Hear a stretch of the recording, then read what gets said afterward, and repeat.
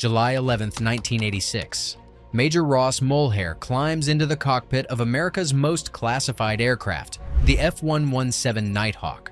Within hours, he's dead, and the entire stealth program hangs by a thread. But this wasn't just another training accident. This was the moment when a revolutionary aircraft nicknamed the Hopeless Diamond nearly became America's most expensive failure. What you're about to discover will shock you. The world's first stealth fighter, the aircraft that would later dominate the Gulf War and change aerial warfare forever, was actually built on a foundation of lies, crashes, and computer limitations so severe that even Lockheed's own engineers thought it would never fly. Kelly Johnson, the legendary designer behind the U-2 spy plane, took one look at the F-117's design and set it straight, that'll never fly. But here's the twist nobody talks about. The F-117's greatest weakness, the very thing that almost killed the program, became its greatest strength. Tonight, we're exposing the classified truth behind America's most secretive aircraft and why the Pentagon spent decades hiding not just the plane, but the disasters that nearly destroyed it. The year was 1975 and American pilots were dying. Soviet surface-to-air missiles had evolved into killing machines, and traditional aircraft were sitting ducks. The Pentagon needed a ghost, an aircraft that could slip through enemy defenses completely undetected. But what they got instead was a flying nightmare that defied every rule of aviation. The F-117 Nighthawk wasn't just America's first stealth fighter. It was a desperate gamble that almost bankrupted Lockheed and nearly cost the lives of every pilot who flew it. From fatal crashes that the Air Force covered up with elaborate deceptions, to computer technology so primitive that it forced engineers to build an aircraft that looked more like a broken mirror than a fighter jet. If you think you know the F-117 story, think again. Drop a yes in the comments if you're ready to learn the classified truth that almost ended America's stealth program before it even began. But first, let me take you back to where it all started, with a Soviet scientist whose mathematical equations would accidentally give America its greatest military advantage. In 1964, a Soviet physicist named Petr Ufimtsev published a scientific paper that his own government completely ignored. This paper contained mathematical formulas that could predict how radar waves bounce off flat surfaces. The Soviets saw it as useless theory. American engineers saw it as the key to invisibility. When Lockheed Skunk Works got their hands on Ufimtsev's work, they realized they could build an aircraft that would scatter radar signals in every direction except back to the source. There was just one massive problem. The computers of the 1970s could barely handle the calculations. This technological limitation would force American engineers to make a choice that almost destroyed the entire program. They couldn't design smooth, curved surfaces like modern stealth aircraft. Instead, they had to create an aircraft made entirely of flat panels, turning their fighter into what they mockingly called the Hopeless Diamond. Two Skunk Works engineers, Bill Schroeder and Dennis Overholser, cracked Maxwell's electromagnetic equations and created a computer program called Echo 1. Using a massive Cray supercomputer, they designed an aircraft that looked like it had been assembled from broken glass. Even Lockheed's own people thought they'd lost their minds, but looking ridiculous was the least of their problems. In 1976, Lockheed was bleeding money from their commercial L-1011 aircraft disaster, losses that nearly bankrupted the entire company. When Ben Rich, the program director, walked into the boardroom asking for an additional $10 million to build prototypes that looked like flying diamonds, the executives nearly threw him out. The timing couldn't have been worse. Lockheed had just lost billions on their commercial aircraft program, and now their star engineer wanted to bet the company's future on something that defied every principle of aerodynamics. The Pentagon was only offering $20 million, but Rich knew the real cost would be $30 million, money that Lockheed simply didn't have. In one of the most crucial presentations in aviation history, Rich and company president Lawrence Kitchen stood before Lockheed's board of directors and pitched the impossible, an invisible aircraft that could change the future of warfare. The board's decision would determine whether America got its stealth fighter or whether the program died in that conference room. After what felt like an eternity, Rich walked out with his $10 million check. But this was just the beginning of the financial nightmare that would nearly kill the F-117 program multiple times over the next decade. The program's budget was repeatedly slashed, and in 1980 the entire project was actually canceled due to concerns about its viability. For months, America's stealth program existed only on paper while bureaucrats debated whether to pull the plug permanently. When the program was finally reinstated in 1981, the real problems began. The F-117 wasn't just ugly, it was aerodynamically unstable in all three axes. Without computer assistance, the aircraft was literally unflyable. Pilots nicknamed it the Wobblin Goblin because of its tendency to shake and vibrate at low speeds. But the computers that kept it in the air were primitive by today's standards. Flight control systems had to make hundreds of corrections per second just to keep the aircraft from tumbling out of control. If those computers failed, the pilot had perhaps seconds to eject before the aircraft became a flying coffin. The first hint of disaster came during the Have Blue program, the prototype that led to the F-117. On July 11, 1979, the second Have Blue aircraft suffered a hydraulic leak that caused an engine fire. The pilot ejected safely, but the aircraft was destroyed. Investigators discovered that a simple engine exhaust clamp had loosened, allowing superheated exhaust to burn through critical systems. This should have been a warning. Instead, the Air Force pushed ahead with the full F-117 program, determined to get their stealth fighter operational as quickly as possible. What happened next would haunt the program for years.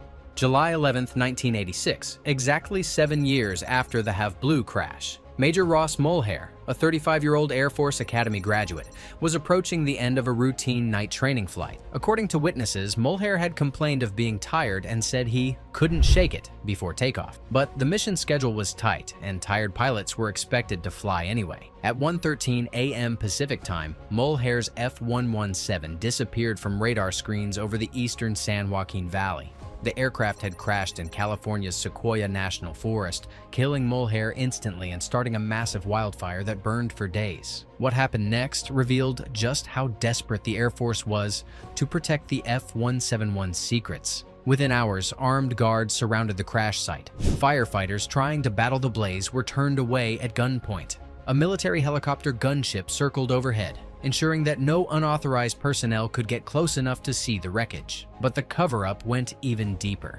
The Air Force secretly removed every piece of F-117 debris from the crash site and replaced it with wreckage from an old F-101 Voodoo that had been stored at Area 51. They literally staged a fake crash scene to hide the real aircraft's existence. The deception worked so well that for years, aviation experts debated what kind of aircraft had actually crashed. The official story was that an F-101 had suffered a mechanical failure during a routine training flight. The truth about the F-117 remained buried in classified files, but the disasters weren't over. Just 15 months later, on October 14, 1987, Major Michael Stewart was flying another F-117 on a night training mission over Nellis Air Force Base. Air traffic control watched on radar as Stewart's aircraft began an unexplained descent to the left of its flight path. At 8:33 p.m., the F-117 crashed into the Nevada desert, exploding on impact and killing Stewart instantly. 2 operational F-117s had now crashed,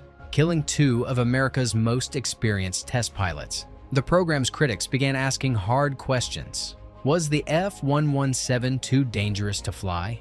Had the Air Force rushed an unstable aircraft into service just to meet arbitrary deadlines? The crashes exposed fundamental problems that went far beyond pilot error. The F-117's revolutionary design came with a price that nearly made it unflyable. The aircraft's faceted surfaces designed to scatter radar signals created aerodynamic challenges that engineers had never faced before. Every surface on the F-117 had to be precisely angled to deflect radar waves away from enemy receivers.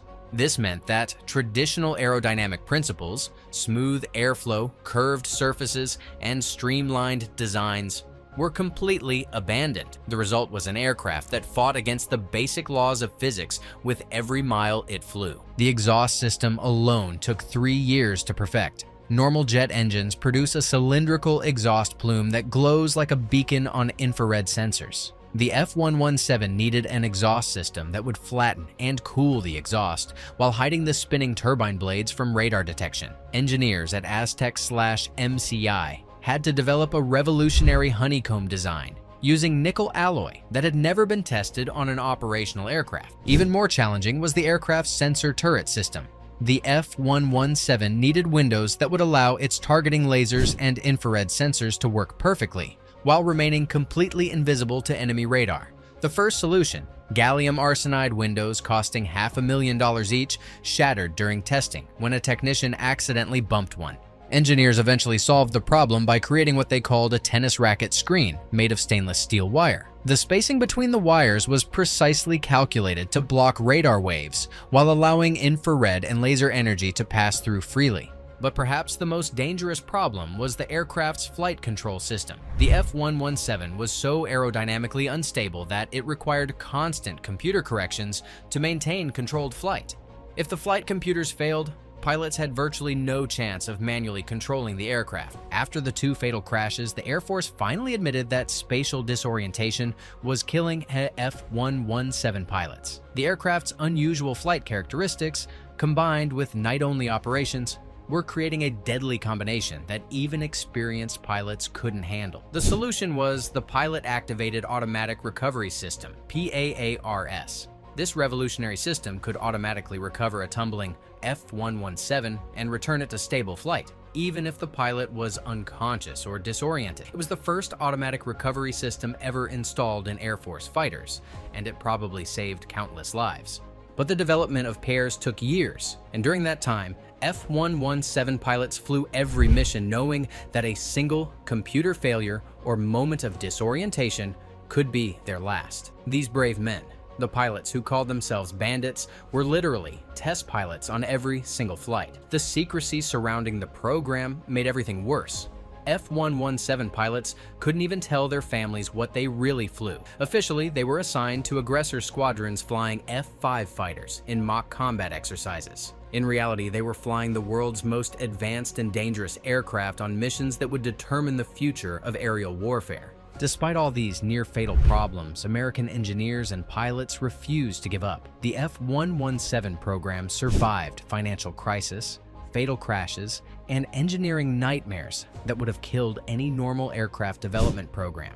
Why? Because everyone involved understood they were creating something revolutionary. When the F-117 finally went public in 1988, after 7 years of absolute secrecy, it vindicated every risk that had been taken. The aircraft that started as the hopeless diamond had become America's most feared weapon. During the Gulf War, F-117s flew only 2% of all combat missions, but destroyed 30% of strategic targets. These magnificent aircraft slipped through Iraq's sophisticated air defense network like ghosts, striking targets in downtown Baghdad, while enemy radar operators saw nothing but empty sky. Not a single F-117 was damaged by enemy fire during the entire war, proving that stealth technology could indeed make aircraft nearly invisible. The program that almost died multiple times had created a revolution in military aviation. Every stealth aircraft flying today, from the B-2 Spirit to the F-22 Raptor to the F-35 Lightning, owes its existence to the engineers and pilots who refused to let the F-117 program fail.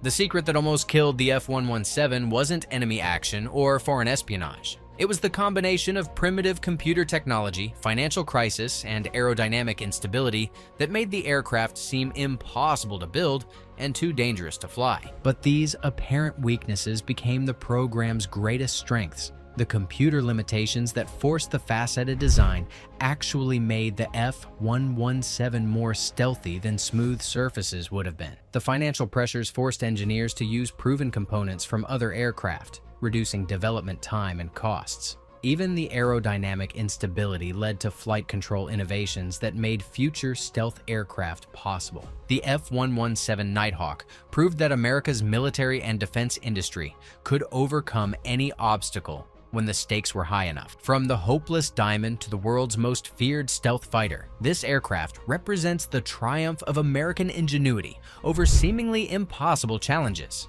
Today, most F-117s sit in secure storage at the Tonopah Test Range, officially retired but still occasionally spotted in American skies.